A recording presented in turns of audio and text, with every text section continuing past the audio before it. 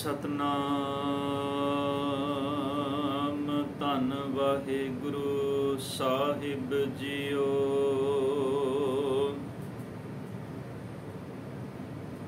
आवो संत प्यारिओ,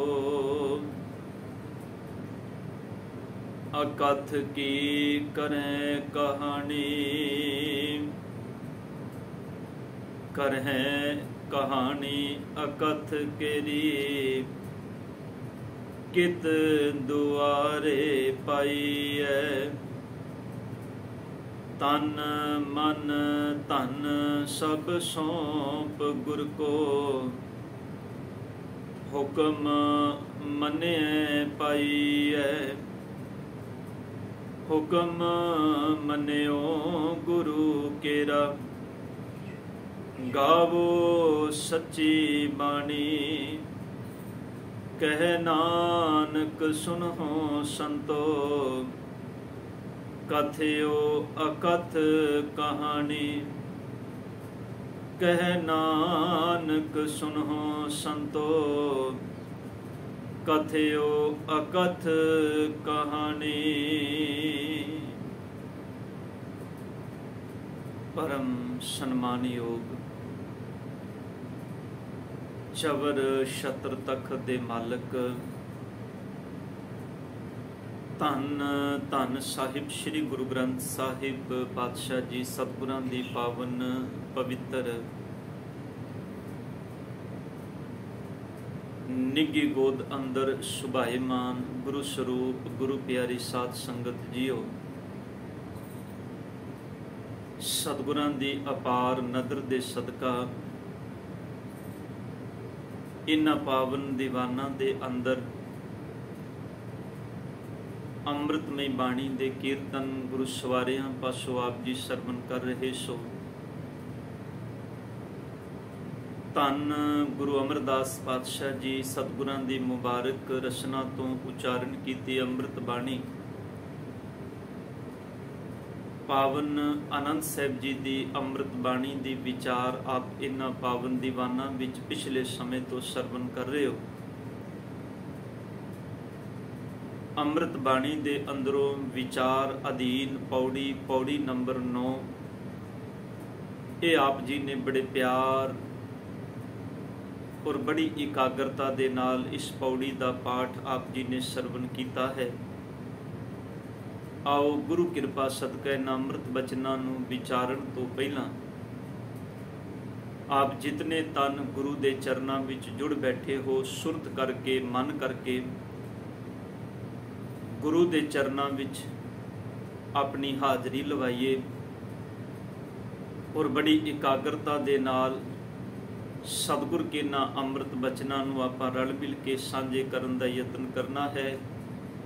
सो विचारां दी आरंभता तो पहला गुरु बख्शी फतेह प्रवान करो जी। वाहिगुरु जी का खालसा वाहिगुरु जी की फतेह। सतगुरु धन गुरु अमरदास पातशाह जी ने कृपा कीती है इस पावन पौड़ी दे अंदर उस अकाल पुरख परिपूर्ण परमात्मा दी पै पावनी विच जीवन जीउण वाले उन्हां गुरमुखां नूं संबोधन कीता है कि आवो मिल के उस मालक अकाल पुरख परिपूर्ण परमात्मा दीयां गल्लां करिए। वेखो साध संगत जदों आपां सतगुरु गुरु ग्रंथ साहिब पातशाह जी दी पावन बाणी पढ़ने अमृतमय बाणी दे अंदर सतगुरु ने इस गल दा जिक्र वार वार कीता है। होवो एकत्र मिलो मेरे भाई, दुबदा दूर करो। परिपूर्ण परमात्मा दे चरनां विच जुड़ के हे संत प्यारिओ हे रब दे प्यारिओ आवो मिल के उस परमात्मा दीयां गल्लां करिए ते ਜਿਹੜੀਆਂ ਸਾਡੇ मन ਦੇ अंदर कुछ दुविधावां ने संसार विच विचारक तौर ते ਜਿਹੜੇ ਸਾਡੇ विच मतभेद ने या फिर जो परमात्मा दे बाबत उस अकाल पुरख परिपूर्ण परमात्मा दी प्रभु सत्ता दे बारे जो साडे मन विच कुछ गलत फहमियां ने, आपां रल मिल के उन्हां दुविधावां नूं दूर करिए। और ये बड़ा जरूरी पक्ष है अजोके समय दे अंदर भी,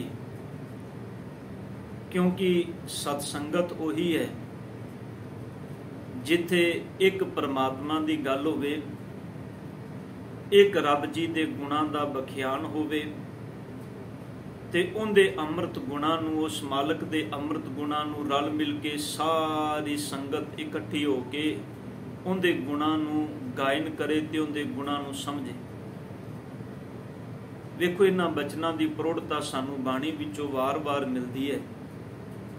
बाबा कबीर साहब जी दे ये अमृत बचन ने, कबीर एक घरी आदि घरी आदि हूँ ते आद, भगतन सेती गोष्टे जो कीनो सो लाभ।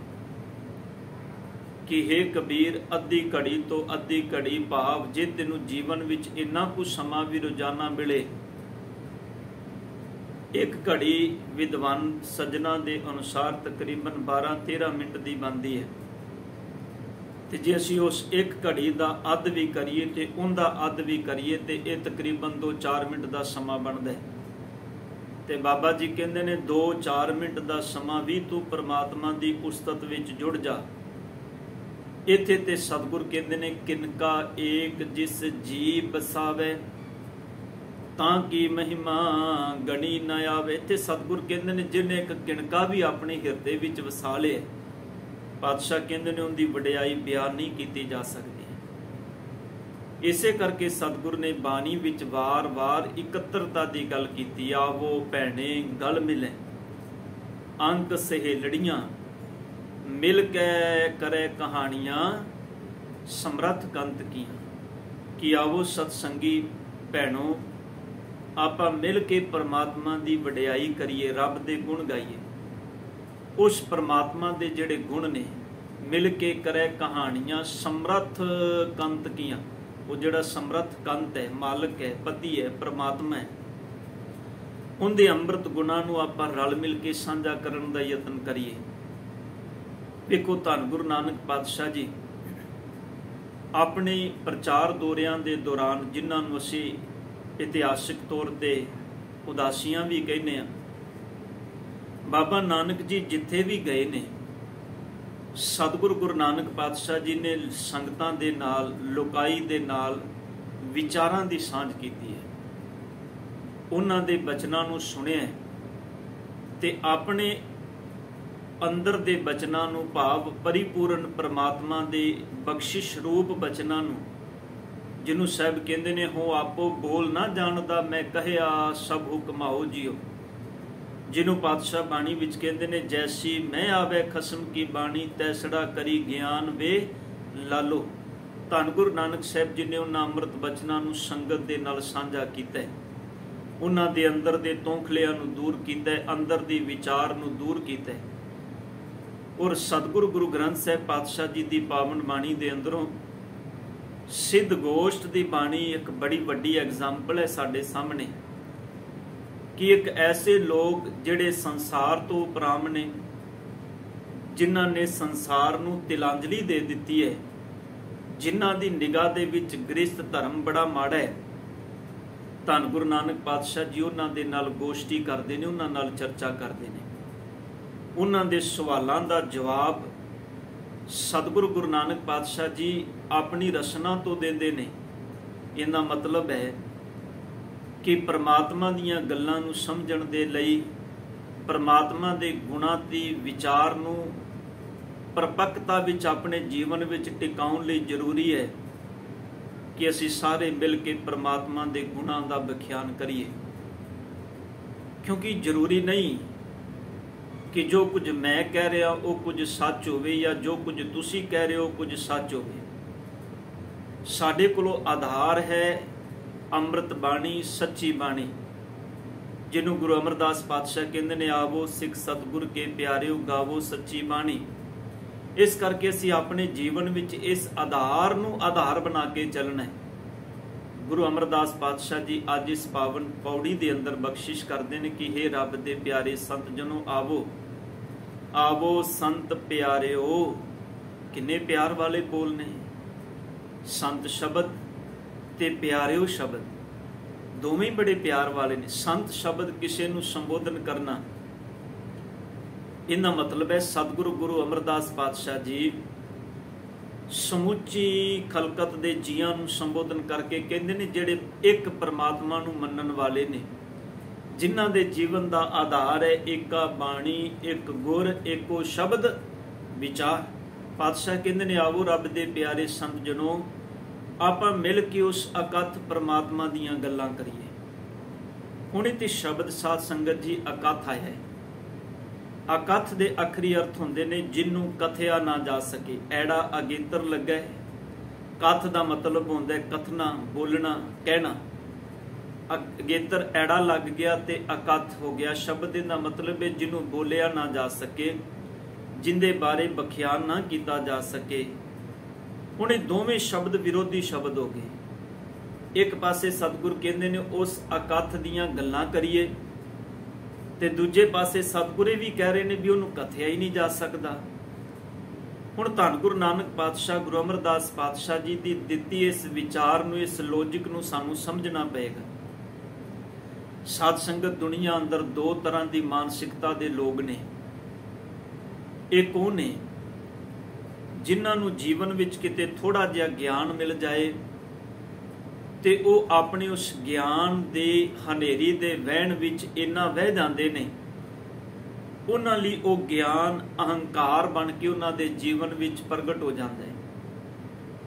वो फिर दुनिया दे अंदर एक गल कहंदे ने जिन्हों सब बाणी विच कहंदे ने, हम किया हम करेंगे हम मूर्ख गवा। सब कहंदे ने वो कीते नूं कहंदे ने मैं कीता है, मेरे द्वारा होया है, मैं ही करन वाला हाँ। पर सब कहते ने जिहड़ी उन्हां दे अंदर मैं है वो असल विच उन्हां दी मूर्खता है। एक वो लोग ने जिन्हां नूं ज्ञान ते मिलिया पर उन्हां ने ज्ञान दे प्राप्ति नूं अपने जीवन दा शिखर मान लिया। उन्हां ने आख्या भी असीं सियाणे आ।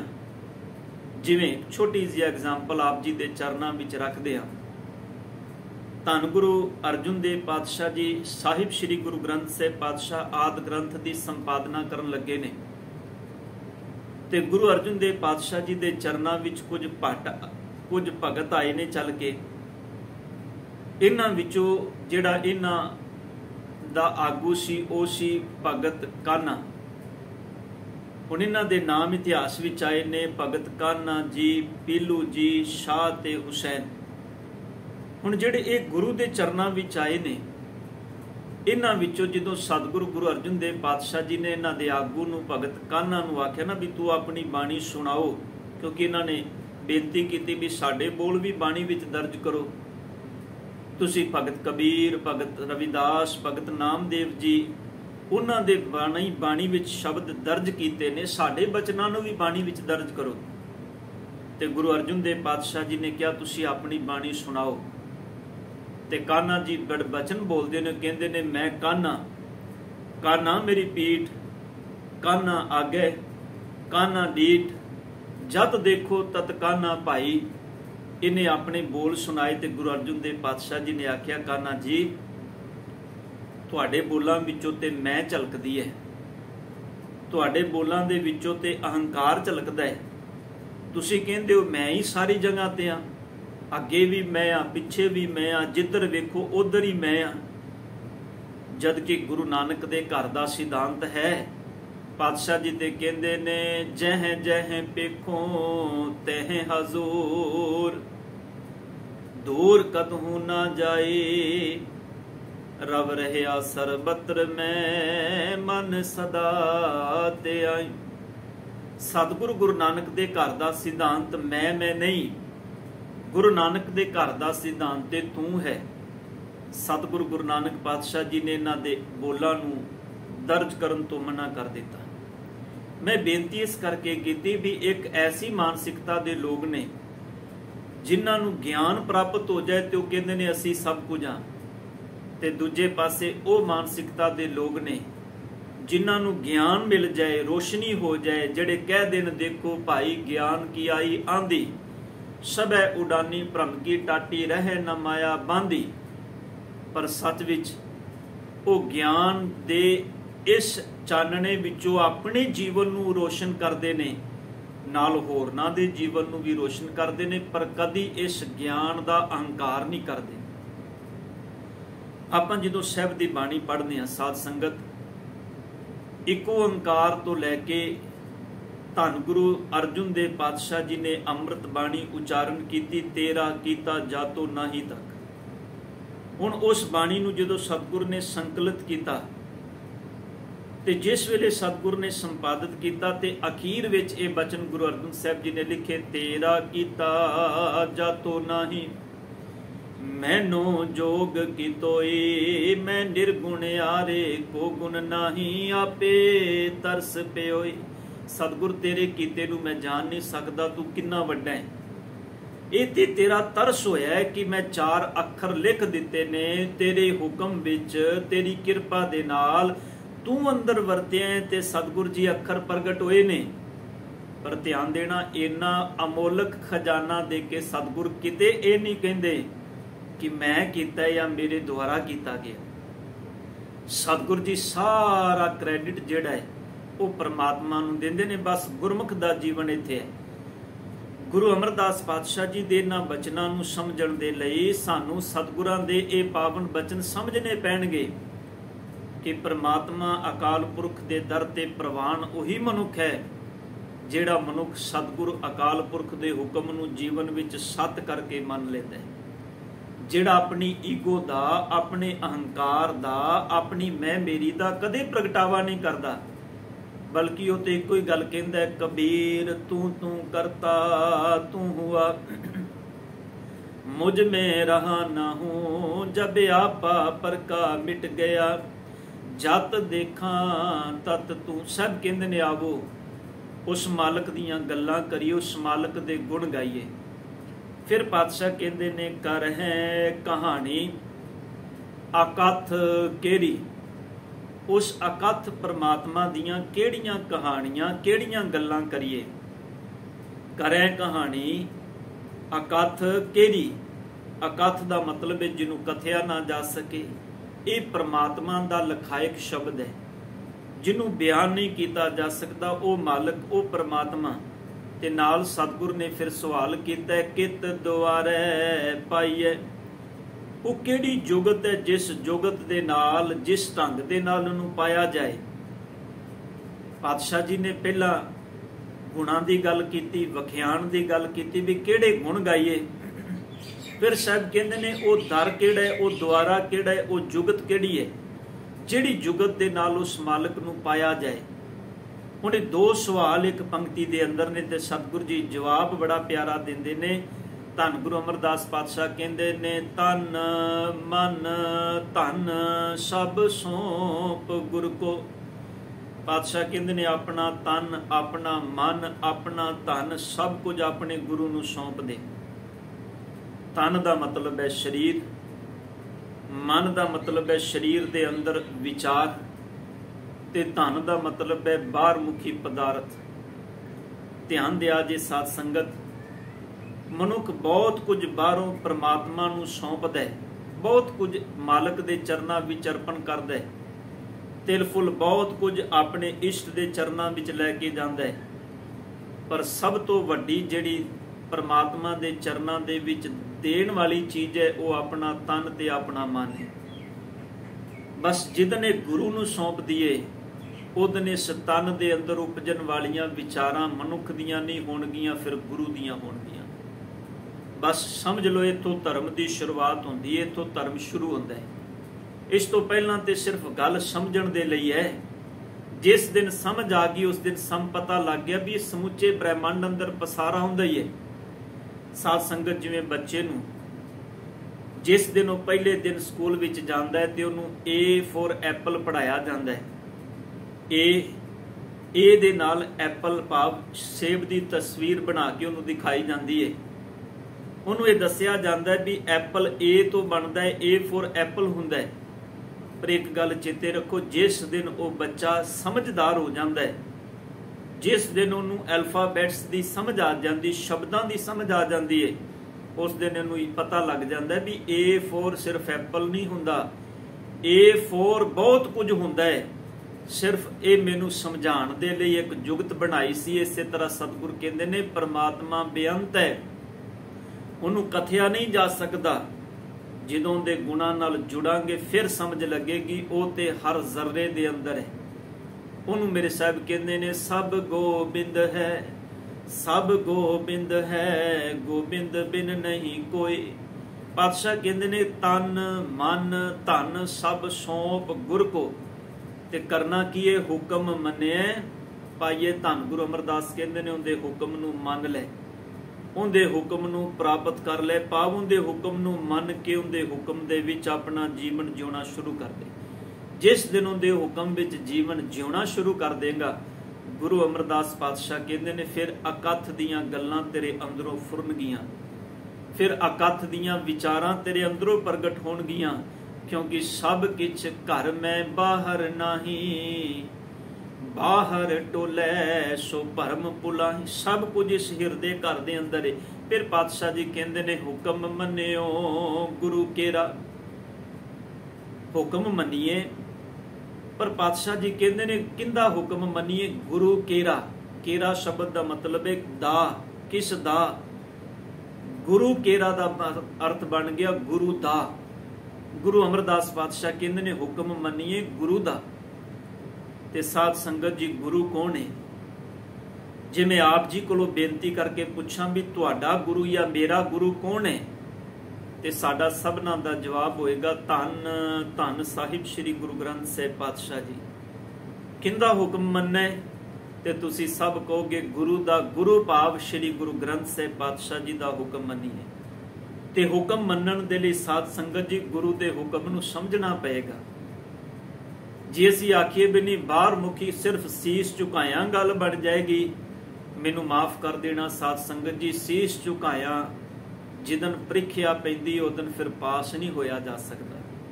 बच्चा बाहरों स्कूल नूं सीस झुका के चला जाए, पर जिदन एग्जाम होएगा उदन ते उनके कीते होए जो कर्म ने उही उनके भाईवाल बनणगे।